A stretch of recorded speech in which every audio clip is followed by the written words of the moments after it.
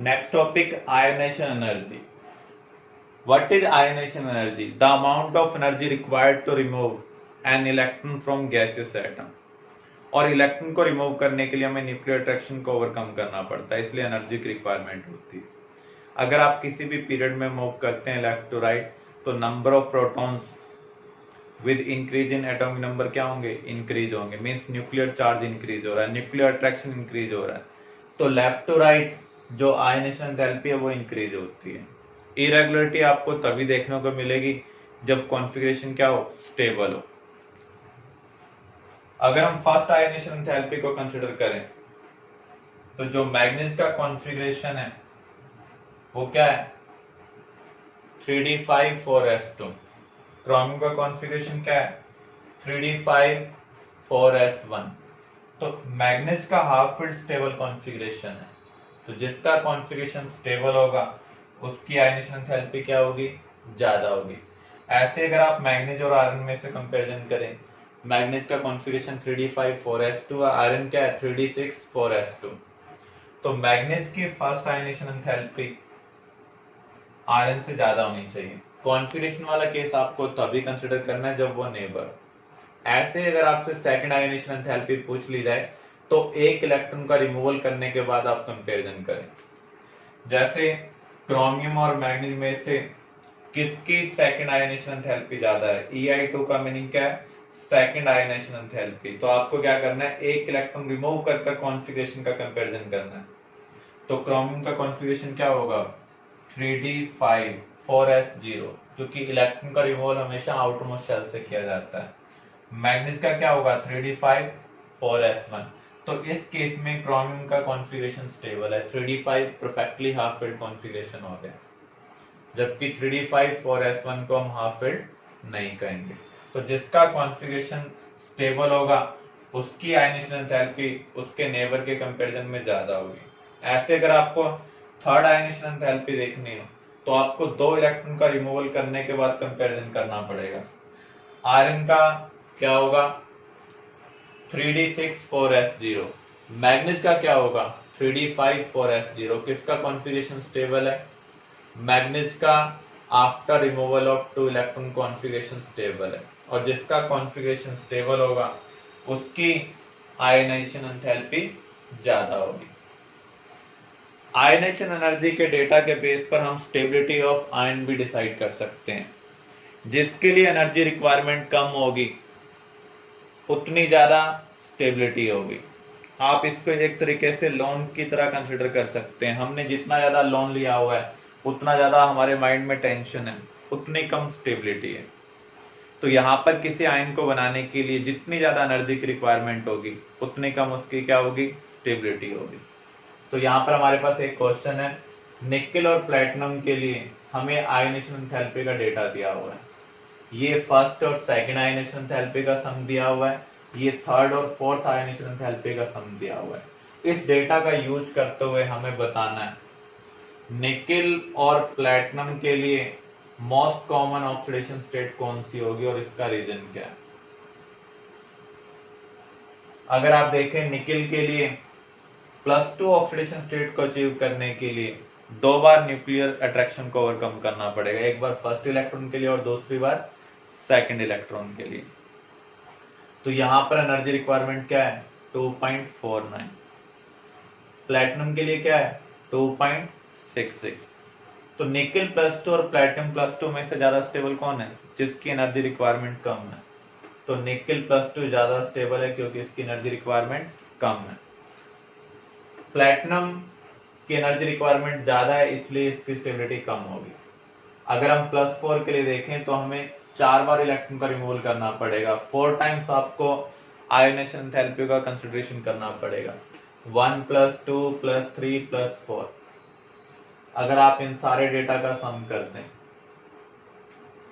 तो ये value around आ रही है 11 समथिंग, ये वैल्यू 9 पॉइंट समथिंग कुछ आ रही है। तो जिसके लिए एनर्जी रिक्वायरमेंट कम होगी उसकी स्टेबिलिटी ज्यादा होगी। तो आप ये कह सकते हैं गिवन डेटा के हिसाब से निकेल +2 ज्यादा स्टेबल है क्योंकि इसकी एनर्जी रिक्वायरमेंट कम है। लेकिन प्लेटिनम +4 और निकेल +4 में से ज्यादा स्टेबल कौन है? प्लैटिनम +4 ज्यादा स्टेबल है क्योंकि यहाँ पर जो एनर्जी रिक्वायरमेंट है वो कंपेरेटिवली कम है। तो आपसे पूछा भी हुआ है कौन सा मेटल +4 ऑक्सीडेशन स्टेट में इजीली कंपाउंड बनाएगा।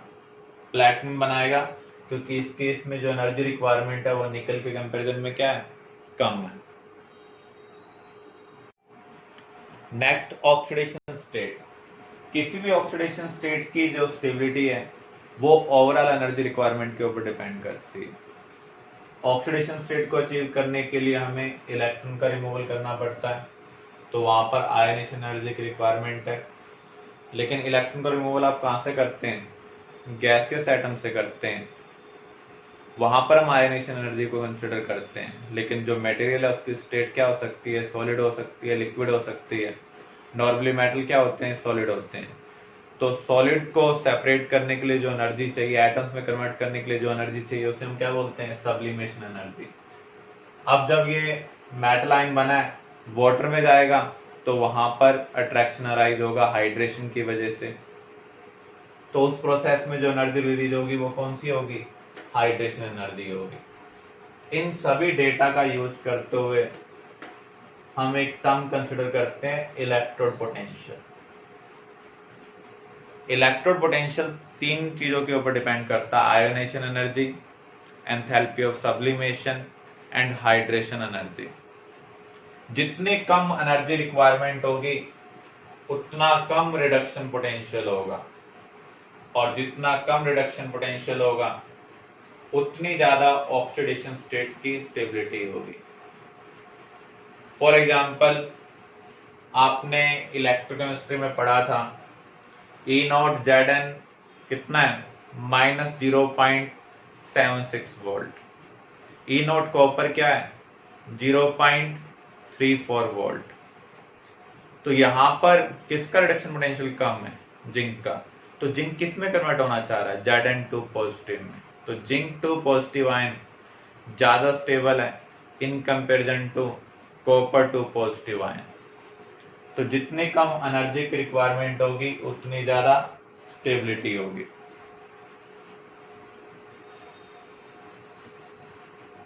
जो डी ब्लॉक एलिमेंट्स हैं वो वेरिएबल ऑक्सीडेशन स्टेट शो करते हैं। उसका रीजन क्या है, जो आउटरमोस्ट शेल के s इलेक्ट्रॉन है, पेन अल्टीमेट शेल के n-1 शेल के d इलेक्ट्रॉन बॉन्डिंग में इन्वॉल्व हो जाते हैं, क्योंकि यहां पर जो एनर्जी डिफरेंस है वो क्या है, स्मॉल है। तो यहां पर अगर हम स्कैंडियम को देखें, कॉन्फ़िगरेशन क्या है, आर्गन 18 4s2 3d1। अगर 4s इलेक्ट्रॉन बॉन्डिंग में इन्वॉल्व हो तो +2, अगर 4s और 3d दोनों इलेक्ट्रॉन बॉन्डिंग में इन्वॉल्व हो जाएं तो +3। दो इलेक्ट्रॉन निकालने के बाद जो कॉन्फ़िगरेशन है वो स्टेबल नहीं हो रहा है। एक एक्स्ट्रा इलेक्ट्रॉन अगर हम निकाल लें स्कैंडियम के केस में तो कॉन्फ़िगरेशन क्या हो रहा है, स्टेबल हो रहा है। तो जो स्कैंडियम है वो +2 ऑक्सीडेशन स्टेट शो नहीं करता है, क्योंकि एक एक्स्ट्रा इलेक्ट्रॉन निकालते ही हमें कॉन्फ़िगरेशन क्या मिल रहा है, स्टेबल मिल रहा है। अगर आपसे पूछा जाए कौन सा ट्रांजिशन एलिमेंट सिर्फ एक ही ऑक्सीडेशन स्टेट शो करता है तो वो कौन है, स्कैंडियम। अगर हम टाइटेनियम को कंसिडर करें तो यहां पर +2 रेयर होगी, +3 या फिर +4। तो +4 यहां पर सबसे ज्यादा स्टेबल है क्योंकि कॉन्फ़िगरेशन क्या है, स्टेबल है। स्टेबल कॉन्फ़िगरेशन जब हम अचीव कर लेते हैं तो उस केस में ओवरऑल एनर्जी कम हो जाती है, इसलिए ऑक्सीडेशन स्टेट की स्टेबिलिटी क्या हो रही है, इंक्रीज हो रही है।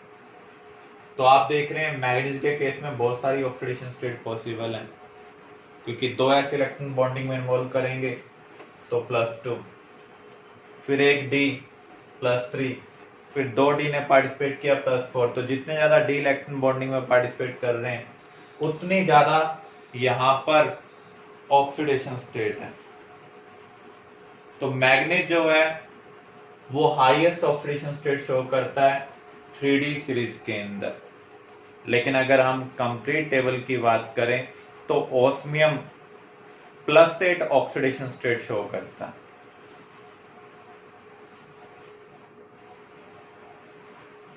Relative stability of oxidation state, P block में आपने पढ़ा था down the group higher oxidation state की स्टेबिलिटी क्या होती है, डिक्रीज होती है, लेकिन यहां पर down the group higher oxidation state की स्टेबिलिटी क्या हो रही है, इंक्रीज हो रही है।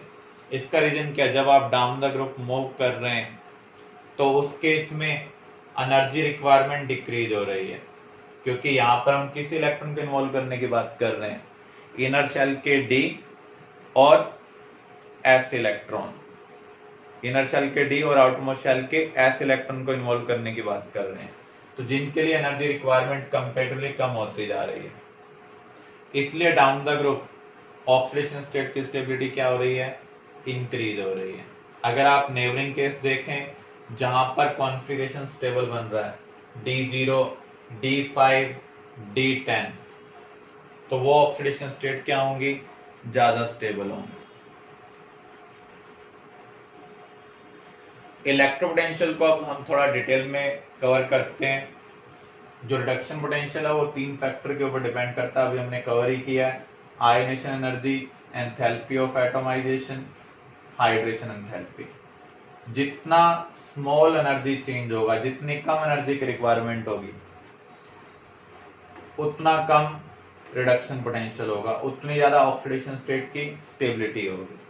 देखो, इलेक्ट्रॉन को रिमूव करने के लिए हमें न्यूक्लियर अट्रैक्शन को ओवरकम करना पड़ता है, एनर्जी की रिक्वायरमेंट होती है।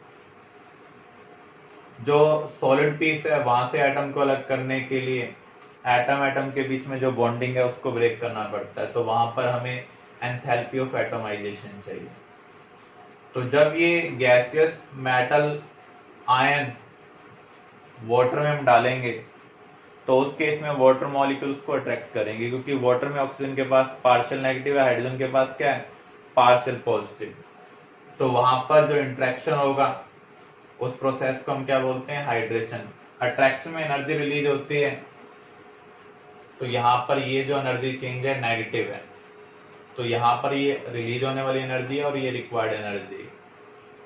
तो जितना कम एनर्जी की रिक्वायरमेंट होगी ओवरऑल, उतनी ज्यादा ऑक्सीडेशन स्टेट स्टेबल होगी, उतना इजीली हम उस ऑक्सीडेशन स्टेट को अचीव करेंगे, उतनी ज्यादा क्या होगी, रिड्यूसिंग पावर, क्योंकि जब मेटल मेटल आयन में कन्वर्ट होगा तो उस प्रोसेस में इलेक्ट्रॉन का लॉस करेगा। आपसे इससे रेलेवेंट क्वेश्चन भी पूछा जा सकता है, जैसे 3D सीरीज के अंदर एग्जाम में ये डेटा दिया होगा। अगर हम इस डेटा को एनालाइज करें तो आप क्या देख रहे हैं, वैल्यू लेस नेगेटिव हो रही है। लेस नेगेटिव होने का मीनिंग क्या है, इंक्रीज होना।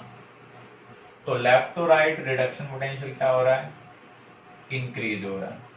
लेकिन यहां पर हम क्या एक्सपेक्ट कर रहे हैं, डिक्रीज हो गया, तो ये इरेगुलरिटी है। फर्दर देखें तो फिर इंक्रीज हो रहा है, यहां पर इंक्रीज ही हो रहा है, लेकिन फर्दर यहां पर क्या हो गया, डिक्रीज। तो इन इरेगुलरिटीज का रीजन क्या है, देखो आप जिंक और मैग्नीज के लिए एक्सपेक्ट कर रहे थे लेस नेगेटिव, लेकिन यहां पर मोर नेगेटिव मिल रहा है। यहां भी आप देखें मोर नेगेटिव मिल रहा है। इसका रीजन क्या है, 2 इलेक्ट्रॉन का रिमूवल करने के बाद मैग्नीज का कॉन्फ़िगरेशन क्या हो रहा है, 3d5 half field stable configuration.